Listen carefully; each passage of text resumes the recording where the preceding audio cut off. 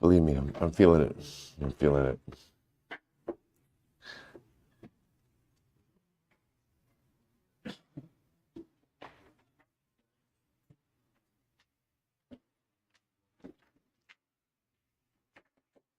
All right, Shabbos, say good morning. Good morning, good morning. Let us begin thanking our Talmud Torah sponsors, Shmuli and Liba Dinovit, for dedicating all the Shuman Rashos in the Zchus of an Aliyah for the Neshama of Shmuli's father, Harav Peretz Avram, Ben Rav Binyamin Moshe, Zichron Livrach. We hope that in the merit of our Talmud Torah, the Neshama will have an Aliyah and the family a Nechama. Shabbos, say, with that, let us begin. Today's Daf is Daf Yud Aleph. We are picking up Emirat Hashem at the Mishnah, on the top of Yud Aleph Amud Aleph. Says the Mishnah, Hagiores v'hashvuya v'hashivcha sheniftu v'shenisgayru v'shenishtachreru b'chusos mibnos shalosh shanim. So here's the case. Giores is a convert. Shvuya is a woman who was taken captive. So Shivcha is a maidservant. The Shivcha Kinanis. In all of these cases, these are girls or women who either went ahead and converted, were emancipated, or ultimately, again, were redeemed. Pchusos mibnos shalosh shanim, less than 3 years old. Rabbi say the Mishnah is operating on a principle. The principle is that if there was bia with a girl less than 3 years old, that lamaisa the besulim regenerate. The besulim regenerate, and therefore, again, such a girl will have the status of a besula. So therefore, again, the Mishnah says, Kesuvasan masayim, their ksuva is 200 zuz, v'yesh lahen tainas besulim. And therefore, again, halacha l'maisa, if the husband, when the man marries them, he does have the ability, if he feels that she's not a besula, to make a claim. They both say, again, I'll say it again as I said it on Friday's shir, just to be very clear. The Mishnah is in no way encouraging, right, these types of relationships, right? What the Mishnah is talking about over here is just a technical status. And what it's saying is, if chas v'shalom, a girl was violated less than the age of 3 years old in one day, the point is she still has the status of a besula. That's the takeaway from this message, from this Mishnah, Says the Gemara, Amrav Huna, ger katan, so we'll say it's actually interesting. So now one of the cases that came up over here is giores. Shabbos says we're going to see in general when a woman converts, right? When a woman converts, she's assumed not to be a besula. We'll discuss this. But the idea that the Mishnah is telling me is if she converted less than the age, or I should say below the age of 3 years old in one day, then halacha lamaisa, she has the status of a besula. So the Gemara is using this as a little bit of a springboard to talk about a fascinating aspect of gerus. Listen to this. Amrafuna, ger katan. Now we'll say, what's a ger katan? A child who converts. Now, if you think about this just a moment, how is a child able to convert? After all, gerus requires das. A katan doesn't have das. So how can you convert the child? This is fascinating. So ger katan, madbilin also al das bezdin. When we convert the child, we convert a child al das bezdin. I both say, now what does that mean with the intent of bezdin, with the das of bezdin? If you look at Rashi, it's about 6 lines down from the top of Rashi. Das bezdin, shlosha yu betvilasan, betvilaso, kedin kol tfilas keshet tzvichin gimel. So we'll say in general, right? When we're converting a katan, you have 3 people. Not true, that's not a chiddush by a katan. You always have 3 people by a gerus. You have a bezdin, and what happens? Listen to this.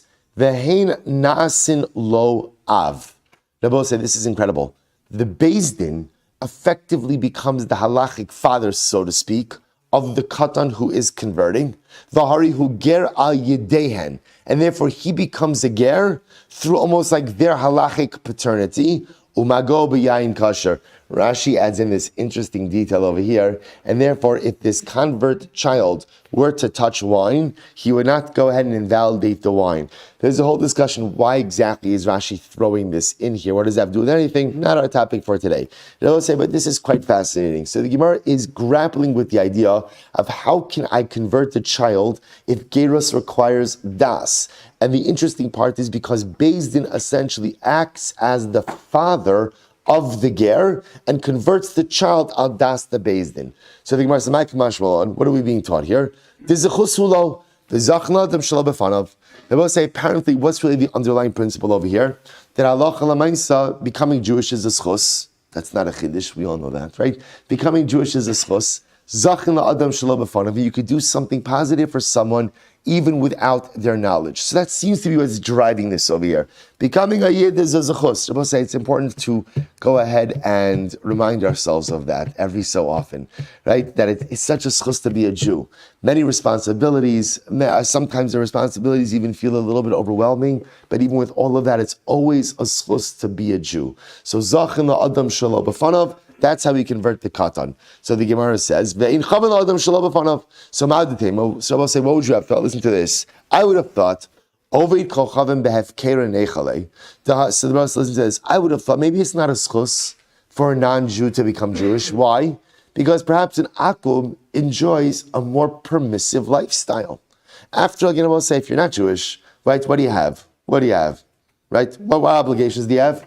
Shem mitzvahs b'nei Noach, right? 7 Noach halos. The truth is, Rabbi say, 6 out of 7 are stuff that normal people would do anyway, right? So let me say, you're not restricted, right? And even if you want to, remember, you could be a righteous Gentile, have a beautiful Gan Eden, have everything, right? You don't need these 630 mitzvahs to be a good person, to be beloved by God. So I would have thought a non-Jew in general prefers a more permissive lifestyle. The after all, we know the kaimalon, the eved vadebeth kerenechale. And we'll say, because there's one thing we know, which is an eved. Interestingly enough, an eved definitely goes ahead and prefers a more permissive lifestyle over the restrictive lifestyle of the Jew, to which the Gemara says, Kamash malon, tahani mini gadol, the tam di isura. This is incredible. And we'll say, when do we say that an akum prefers his Gentile life over potentially becoming Jewish? This is when he becomes an adult. Why? Because once he's already reached the age of adulthood, what's happened? He's enjoyed the permissiveness of his lifestyle. Right? He's tasted whatever he wants to taste in life, and the truth is he's not going to be ready to go ahead and give that up. Aval katan zuchusulo. I will say this is incredible. But a katan, before he's experienced all the different kinds of pleasures in life, ultimately, again, it's a schus for him to become a Jew. People say it's such an incredible idea. Every human being begins with a blank slate. There's a tabla rasa. And every human being has such incredible propensity and potential for Kedusha. It's every human being. So the idea that the Gemara is saying over here is like this, that for a Gentile child, it's a schus to convert him. Now, I want to be clear. We don't go around converting people, right? Just to be very clear, right? We're not a proselytizing religion. This becomes the idea because we don't believe that in order to have a relationship with God or even to have Olam Haba, you have to be Jewish. We believe that you could be a righteous Gentile, and if you were born a Gentile, that's your tachlis. Be a righteous Gentile. The point over here is if somebody, and we'll discuss the parameters of this case, the point over here, if there is a Gentile child who because of circumstances around him is converting, we'll discuss what those circumstances are, we could convert him even though he doesn't have das. Why? Zachin la'adam shelo b'fanav. Because we assume it is a schus. Why is it a schus? Ultimately, again, because he's going to have all of this additional kedusha. Now, when that child grows up into a Gentile adult, we assume that he would prefer to remain non-Jewish than Jewish because he's already tasted, right, the permissiveness of his lifestyle. It's such an incredible idea. So the Gemara says, so let's support this. Here we go. Hagiores v'ashvuya v'ashivcha sheniftu v'sheniskairu v'shenishtachru b'chusos mimnos shalosh shan v'yom echad. So we'll say, what's the right to this? Our Mishnah. What did our Mishnah discuss? Our Mishnah discussed a girl who converted at less than 3 years old in one day. Now we'll say, how is she converting? My love da'at belinhu al das Bezdin? Are we not talking about a case where kind of Bezdin acted as her, we'll call it surrogate halachic father, and converted her based on the principle of Zachin la'adam shelo b'fanav? Torah Gemara says, no, that's actually not the case. Lo, ha'chama what's the case? This is actually interesting. Beger shenesgairu banav u'benosavimo. Oh, this is talking about a case, we'll say, of a Gentile family which is converting. A Gentile, say, if you can imagine, so you've got mother, father, we'll call it son, daughter. Daughter happens to be less than 3 years old in one day. In this case, how do we convert the children without their das? Listen to this. This is fascinating. We assume that with young children, they want to do what their parents are doing. Apparently that lasts up until about 3 years old in one day, right? Hey, so after that, just the opposite, right? So we'll say, so it's pretty incredible. This is actually an interesting halacha in general when it comes to Hilchos Gerus about a family which converts together. There are actually poskim that bring down, we actually saw this in Yavamas a little bit, there are poskim that bring down that when a family, even though we normally say, Gershnis Gayer Kekatan Shenola Dummy, that when you convert this like a rebirth and there's no relation to your biological family, it's actually an interesting discussion when a whole family converts. Is it possible that those familial bonds remain intact because they are converting as a family? Okay, not for now, just mentioning it, but the point where the Gemara is suggesting is that our Mishnah could be dealing with a case of an entire family who's converting. The family happens to have a girl who's less than 3 years old in one day. How is she able to convert without das? Ultimately, because the assumption is a child that young, it's in her benefit to do whatever her family is doing. Incredible. I'm going to Yosef. So I will say, so again, I just want to point out, the Gemara is pointing out something very interesting. So when we convert a child, and I will say, by the way, this happens all of the time. All of the time. I'll give you a case where it could happen. A couple adopts a child. A Jewish couple adopts a non-Jewish child. You have to convert the child. Let's say they adopt a baby. How are you converting the baby? The baby doesn't have das. We'll say cases of surrogacy, right? Where again, there's an interesting machlokes aposkim by surrogacy. Is it the egg mother? Is it the womb mother? Often, anyway, we're just going to do what we call a girluch, and we're going to do a gerus. How do you do a gerus if at the end of the day the child doesn't have das? The child doesn't have intent. So the Gemara now is giving me two options. Option number one is al das Bezdin. Bezdin essentially acts as like the surrogate halachic parent, because we assume when the child is so young, before the child has tasted a permissive lifestyle, it is a schus for the child to come into the kiddush of Klal Yisrael, to have that kiddusha. So that's one possibility. Possibility two is if the child is converting as part of a larger family unit, it is of benefit for a child to do anything that the larger family unit is doing. Now, both say the Gemara goes on with this halacha, and it's quite interesting. So the Gemara says, Amar Rav Yosef, Higdilu Yechonu Limchos. Now watch this. Here's the catch. When you convert a child, al pi bezdin, right? So let's say you convert the child, al pi bezdin, which means operating under the principle of zachin la'adam shelo befanav, that we assume that it is a schus for a child who is still the tabla rasa, still the blank slate, who wants kiddusha to be converted. So Rabbi say, the issue is, if you're going to use zachin, you're going to have to put that principle to the test, which is when the child reaches the age of adulthood, the child has the ability to go ahead and opt out. Opt out. And this was an incredible halacha. So a child before the age of bar bas mitzvah has the ability to say, thank you, you converted me based on Zachad Adam Shalom B'fanav. Now that I am a bar das, I hereby inform you, I don't want to be Jewish. And they have the ability to do that. Look at Rashi. Yecholun limchos. V'lomar i'efshenu lihios gerim. V'chozun l'suran. So I will say the child has the ability to say, I don't want to be Jewish, and they go back to their Gentile state. Ve'ein lanu la'anshun bebezdin. Va'afilu yado yadinu tekifa. And I will say, by the way, there's no punishment for such a decision. If the child, upon reaching the age of majority, decides to opt out, halacha l'maisa, that is their right. That is their right. And I will say, by the way, this is halacha l'maisa. Whenever we convert a child before the age of bar or bas mitzvah, there is an obligation to sit down with the child to explain to them what their options are. What their options are. Of course, we hope that the child will, you don't really have to opt in, right? In other words, you just stay in.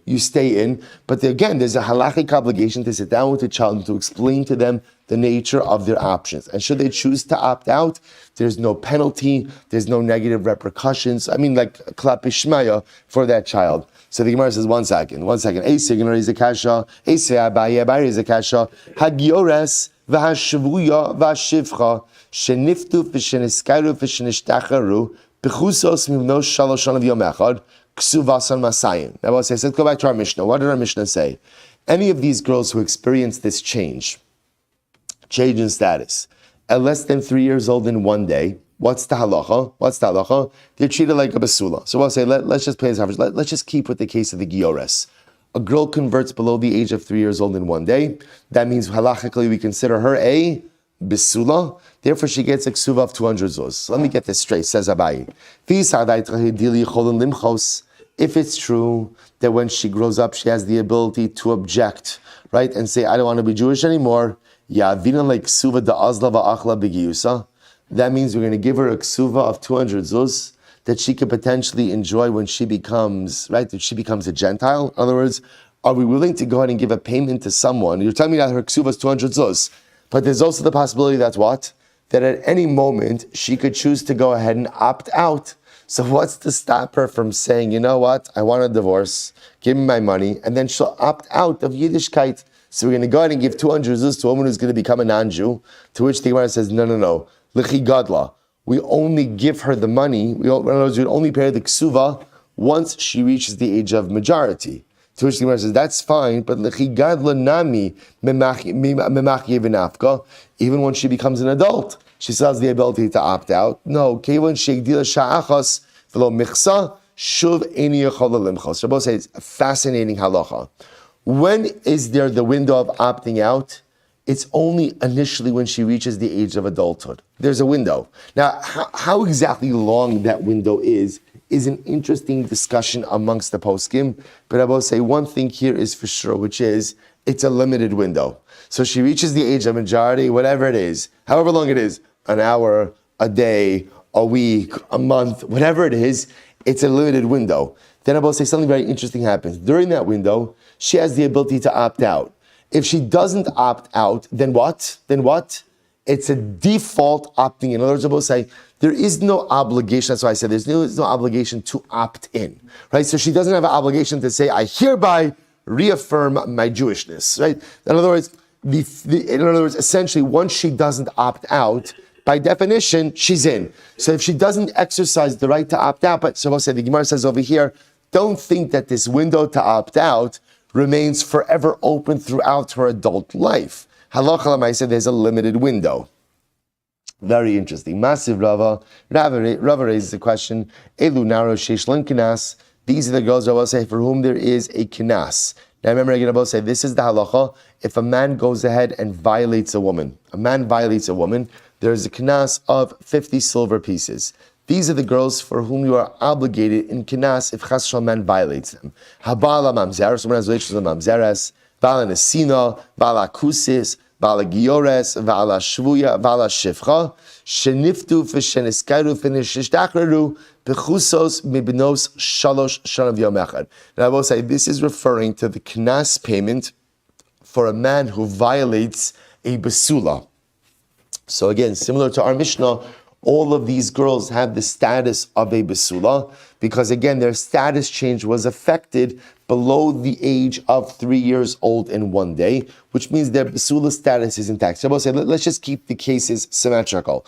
So a man violates a girl who converted below the age of 3 years old in one day. So if she converted below the age of 3 years old in one day, she is a Besula, and therefore if chas shalom a man goes ahead and violates her, if she doesn't want to marry him, then halacha l'mais he has the financial penalty. Okay, so the Gemara says, listen to this. Yesh lam kanas v'amrit higdili cholun limchos. Now, if you tell me that when a young girl who converts, when she grows up, has the ability to go ahead and opt out, yavina leknas the azla va'achla b'giyusa. Does it make sense that we're going to pay her something, we're going to pay her money, and then ultimately, again, she could transition from a Jewish to a non-Jewish state? To which the Gemara says, l'chi gadla. No, you only pay her the penalty money once she grows up.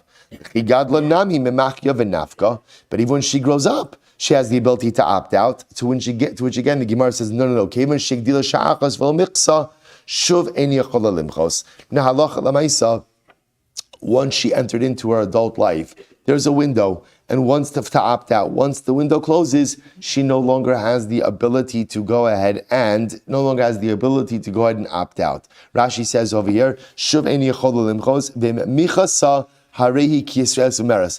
I will say, let's say again, she wakes up 5 years, right? So now she turns 12. She doesn't say anything, right? She remains inside. At the age of 16, she has a rebellious stage. She decides, I don't want to be Jewish anymore. I'm Jewish anymore.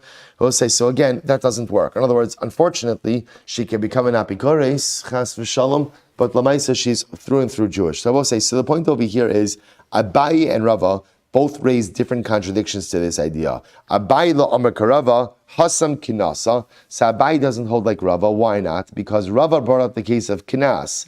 Abaye says Kinas is not a problem. Why? Because Hainu Taima Shelo Yechote Niskar. So I will say by Kinas, the truth is, even for argument's sake, if the woman would opt out and enjoy the knas when she's not Jewish, we don't really care about that. Why? Because the whole point of knas is what? To penalize the man. That's the whole point. So we don't really, it doesn't, the status of the woman, in other words, what she would do in her adult life doesn't really matter to us all that much. Rava lo Amar Abaye, Rava doesn't hold like Abaye. Why? Because ultimately, again, Rava would say the whole point of ksuva is ultimately that a husband should not be quick to go ahead and divorce his wife. And therefore, again, whatever her status would be, that reason for the ksuba would still remain in effect. So bottom line, here's what we have. 3 important takeaways here. Number one, any bia that occurs before the age of 3 years old in one day is halachically inconsequential, and a woman is still considered to be a basula. We'll say that's number 1. Number 2, some interesting halachos in gerus. Right? How are we able to convert a ger katan? How are you able to convert a child? And what's the answer? Really, we call it al das beis din, but I will say it's really based on the principle that what? Zachin la'adam shelo befanav. That you could do something objectively beneficial for someone even without their consent. And we assume that it is beneficial for a child to go ahead and convert. And I will say, I just want to point to quality, you know this, but I'm going to say it anyway. Of course, this doesn't mean that you pick up a child from the street, right? The Gentile child, you know what? It's a schus for you to be Jewish, go to the mikvah, gamarnu. What this is talking about is, if you have a Gentile child who's going to be raised by a Jewish family, that's why I mentioned the cases of adoption, surrogacy, we assume that it is a schus for this child to be a Jew. To be a Jew. That schus only applies without their consent in their childhood, wouldn't apply ultimately again in their adult life. But when you go ahead and you convert a katan, essentially, halacha l'maaseh, you have to test the zachin principle. How do you test the zachin principle? When they become an adult, you're obligated to inform them of their options, and in that window, that early window in adulthood, halacha l'maaseh, they have the opportunity to opt out. But halacha l'maaseh, if they don't opt, once they don't opt out, they're fully Jewish going forward, and the window for opting out closes. Incredible. Mishnah, Hagadol Shabala Kitana. So we'll say this is talking about, again, a case of a gadol, an adult man, who had relations with a kitana. Now, I will say kitana in this context means less than 3 years old and 1 day. Again, I will say, I'll say it every time. Mishnah is not condoning it. The Mishnah is talking about a halachic status case. We're trying to figure out status. That's why we'll always use theoretical cases and often hyperbolic cases in order to bring out a principle. The principle that the Mishnah is making is the same principle as before, that bia below the age of 3 years old in 1 day is halachically inconsequential and does not go ahead and impact the besula status. So Hagadol Shabala Kitana. Now this is interesting. The katan Shabala Gidola. Now we'll say, what if you have a katan, a boy who has relations with a gidola, an adult woman? I will say, in this case, the katan that we're talking about over here is less than 9 years old. For a boy, we assume that bia with a boy less than 9 years old is halachically inconsequential. That's not called a bia. So therefore, if a woman were to have relations with a boy who is less than 9 years old, her besula status would still remain intact. So the Gemara says, Umuka seitz. And I will say it's an interesting case. We're talking about muka seitz is a woman whose besulim were damaged. Literally, it means by a piece of wood. But we're going to see, it means any situation where the besulim were ruptured, but not because of an act of relations. Right? It was ruptured because of some type of accident, or we're going to see sometimes it's not even a din accident, it's din of different activities that occur. But the point over here is, there was never any prior sexual activity. That's the point over here. So muka seitz, what's halacha muka seitz? So in all of these cases, ksuvas samana. Kesuvos and Masayim. Divrei Meir. Rabbi Meir holds in all of these cases, all of these women are a besula. So Rabbi says, so again, 3 cases. Case number 1, a girl who had bia less than 3 years old in 1 day, still a besula. Case number 2, a woman who had relations with a boy less than 9 years old. And case number 3, mukas eitz. Mukas eitz, a woman whose besulim were damaged, but not through bia, through a piece of wood, an injury, something like that. All of that, all 3 of these cases, the woman is still a basula, and therefore her ksuva is still 200 zuz. The Chum argue on the case of mukas eitz, and they hold the Chum omrim, mukas eitz ksuva samane. They hold the case of mukas eitz, her ksuva is only 100 zuz. So I will say, it appears that the Chachamim hold that a mukas eitz is not a basula. Fascinating, not a basula. So the Gemara says, Amana grusha v'chalutza min anisuin. So I will say, this, we actually had the other case yesterday. This is a case of a woman who is widowed, divorced, or a chalutza from nisuin. From nisuin. So let's say after the chuppah. So what's that halacha? Ksuva san mana. Ultimately, again, her ksuva is a mana. Because we will say, again, after nisuin occurred, even if we know that husband and wife didn't live with each other, right? Halacha lamaisa, she is no longer considered to be a basula. Amad beis ve'ein lahen tainas basulim. And I will say, of course, halacha lamaisa, once she's not considered to be a basula, then obviously what?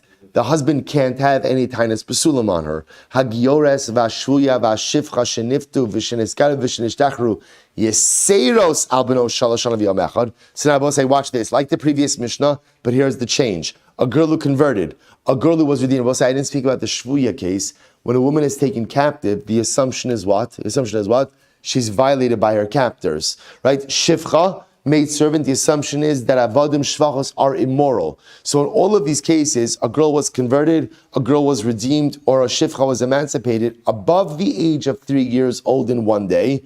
In those cases, I will say, ksuvasan mana, ve'elam tainis besulim. I will say the assumption is that all of these girls did have relations above the age of 3 years old in one day. Remove the basula status, and therefore, were a man to marry any of these women, their ksuva would only be 100 zuz, and of course, there's no tainas basula. Good. Says the Gemara, Amrav Yehuda Marav, Katan habala gidola asa mukas eitz.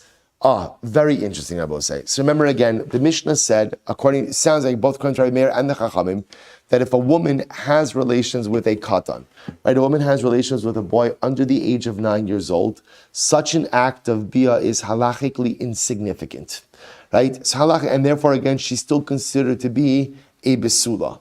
Now, a little bit of a play on this. Rabbi Yehuda says in the name of Rav, that actually, when a woman has relations with a katan, that effectively makes her a mukas eitz, right? In other words, you're going to say, because why? Because it's possible that the besulim will be ruptured. But ultimately, again, that's not considered to be an act of bia. So therefore, she has a status of like a woman who was injured, and therefore the besulim are broken.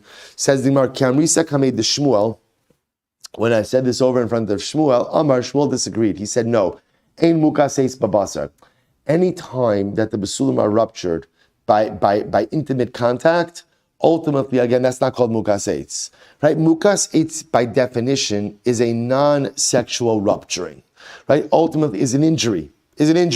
Even though we want to say that the bia of a katan is not a real bia, lamaisi can't call her a mukas eitz. Now, I will say, Shmuel's not disagreeing that halacha lamaisa she could still be a besula. What he's disagreeing on is categorically, you can't call that a mukas eitz. Mukas eitz is a specific situation where what? The besulim are ruptured as a result of an accident, an injury, but a non-intercourse, right? Or a non-intimate injury. So the Gemara says as follows, others go ahead and quote this statement as a standalone ruling.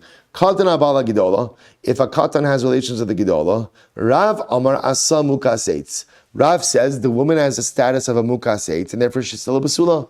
Shmuel says no, ein mukas eitz babasar. Shmuel says there's no such thing as mukas eitz. You can't be a mukas eitz through an act of relations. That doesn't work. The concept or the category of mukas eitz is where there is a non-relations injury.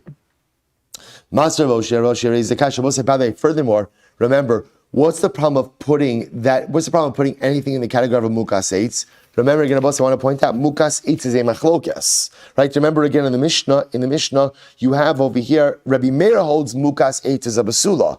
The Chachamim hold mukas eitz is a ba'ula, 100 zuz ksuva. So therefore the Gemara goes weiter. So the Gemara says, Masra Bosharosha is the kasha. Gadol haba ala kitana, the katan haba ala gidola. So if a gadol has relations with the kitana, or the katan had relations with the gidola, umukaseitz or hamukaseitz ksuvasan masayin. The Remeir holds that ultimately the ksuva is 200 zuz besula. Vrachacham omrim mukas eitz ksuvas samana. What we just read, right? But the chacham hold that a mukas eitz is no longer a besula. Rather, she is a ba'ula, and therefore a ksuv is only 100 zuz. Amarava, haki kamar. So we'll say, haki kamar, gadol haba ala ketana velo klum. Listen to this. Rava says like this. When a gadol has relations on a ketana, ultimately, I will say, that is halachically inconsequential. I will say, remember again, just for our purposes, a union like this is illicit, illegal, morally wrong on every single level. We're just trying to figure out status-wise. You want to say, no, there's a term that I've often found very helpful, right, which is called halacha yevesha. Halacha yevesha just means the dry halacha, the straight halacha. In other words, analyze a case void of any emotion or feeling, right? What status? Just purely analytics. So we'll say, so a gadol has relations with a kitana, velo klum. That's nothing. Why is that nothing? The pachos mikan. Rabbi say, it's actually interesting. Relations with a girl that's less than 3 years old in one day is like sticking your finger in your eye. What does that mean? Sticking your finger in your eye, will say, obviously everyone agrees, is not an act of bia. So to again, relations at that age, it's not bia. It's not bia. And therefore, by definition, her basula status still remains. The katan abala gidola, asa mukaseitz. But if a katan, we'll say, boy less than 9 years old, has relations with an adult woman, ultimately he makes her into a mukas eitz. Umukas eitz gufa plukted rameh v'rabanan. And I will say, here's what's interesting. Now, a little bit of a revision of the Mishnah, because when you read our Mishnah, it sounds like that the Rabbi Meir and the Chum agree that in the case of a gidol, of an adult woman who has relations with a katan, everyone agrees she still remains a basula. Now it seems to be that's a machlokas. That I will say, halacha l'maisa, when an adult woman has relations with a boy less than the age of 9 years old, that act of relations makes her a mukas eitz. What's the status of a mukas eitz? That's a machlokas. Plukta d'Rabbi v'Rabbanan. Rabbi Meir holds that a mukas eitz is still a basula, and the Rabbanan hold that ultimately, again, she is a beula. Amar Rami Bar Chama. Machlokes, the machlokes about mukas eitz will say very interesting. Machlokes b'shehikirba.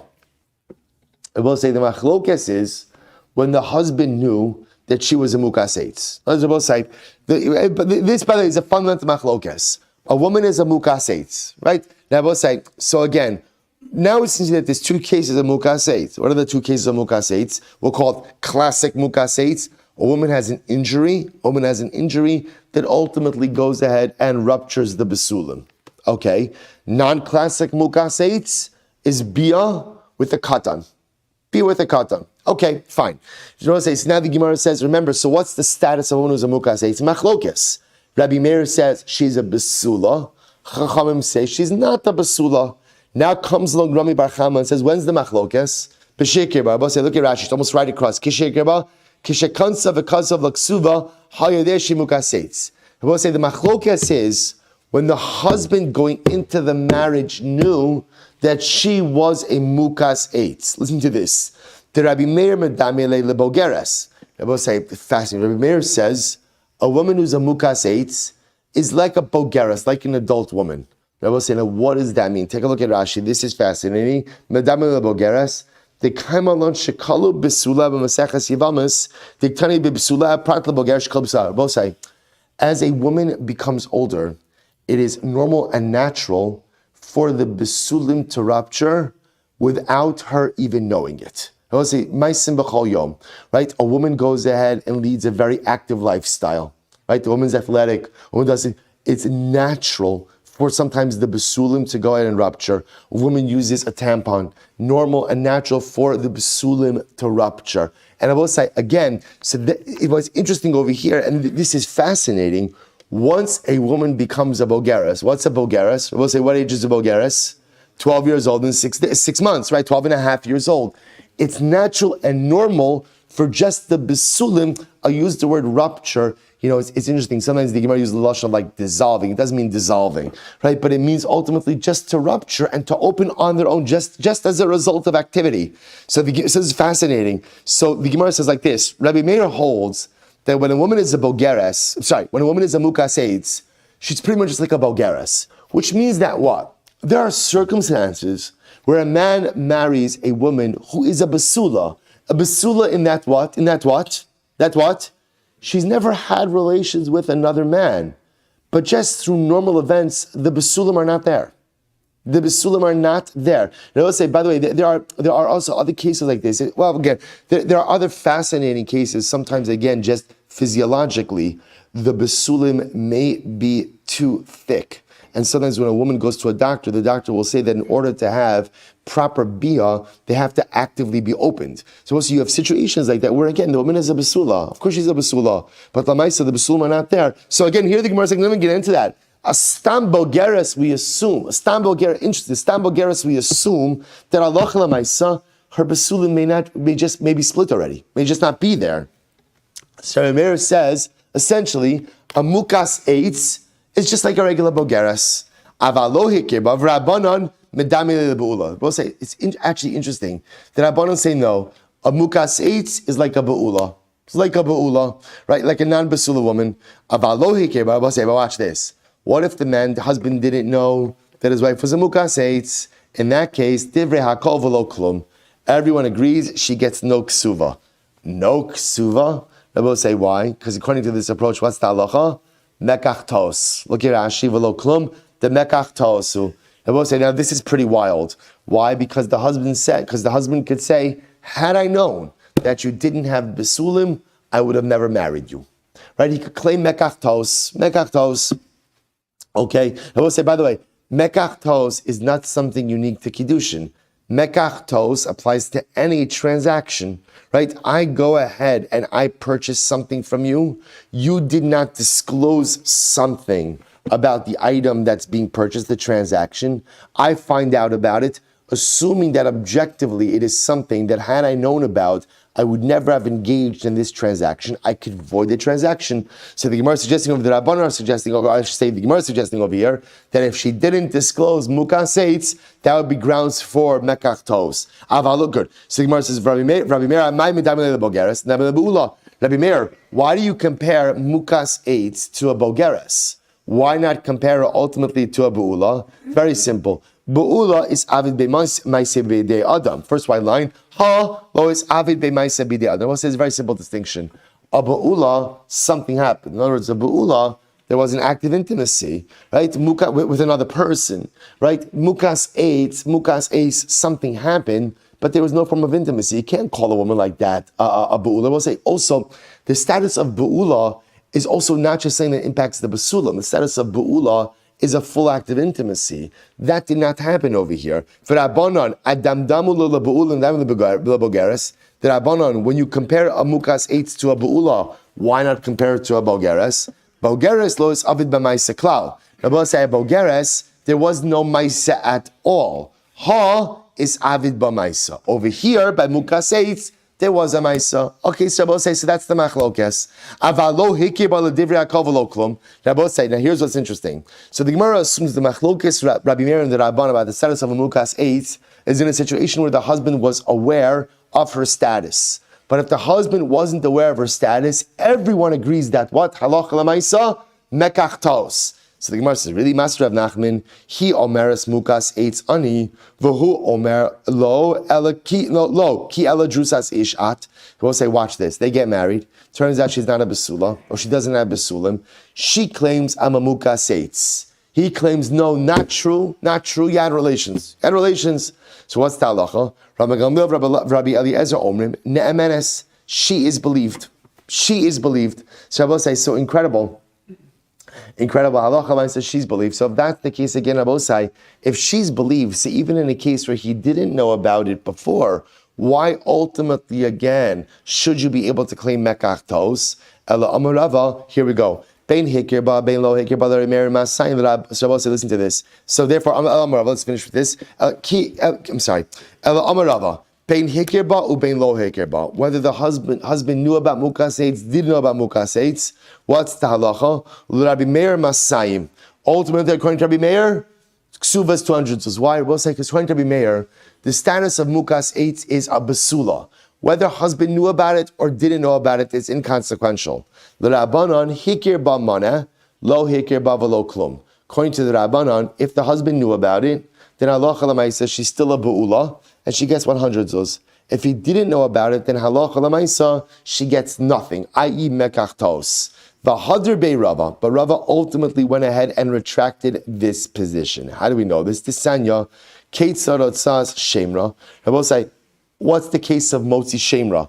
Right, where a husband goes ahead and spreads a lie that his wife was unfaithful. So listen to this. Bala Bezdin va'amar ploni lo matzasi lebitcha b'sulim. Right, Reuven comes to Bezdin and he says about his wife Rachel. He says to Rachel's father, right, your daughter didn't have b'sulim. Im yesh edim shezin satachtav yesh la ksuva mana. If there are witnesses that she committed znus while married to him, she gets a ksuva of a mana. We'll challenge that in just a moment. Im yesh edim shezin satachtav baskili. If there are edim that she had relations after she had erisin, right? Ultimately, again, she gets skila. Hachi kamar. Im yesh edim shezinsa taktav b'skila, zinsa meikara yesh l'ksuva mana. We'll say if there are edim that ultimately, again, she went ahead and she was mizana while married to him, then she gets skila. If there are edim that she was mizana before she had erisin, she gets the ksuva of a mana. V'amrav chira amarav sheishes zos ameres kansa becheskas besula. V'nim says be'ula yesh la ksuvas ksuva mana. What do we learn from here? That if a man marries a woman, assuming that she is a besula, but it turns out that she is a be'ula, ultimately she is still entitled to a ksuva of 100 zuz. All right, so we'll have to stop over here. Again, a pretty dramatic statement. I know I'm ending off a little bit on a cliffhanger, but I'm going to resolve this sugya together with the status of mukas eitz. Emir Hashem tomorrow. Shkoyach.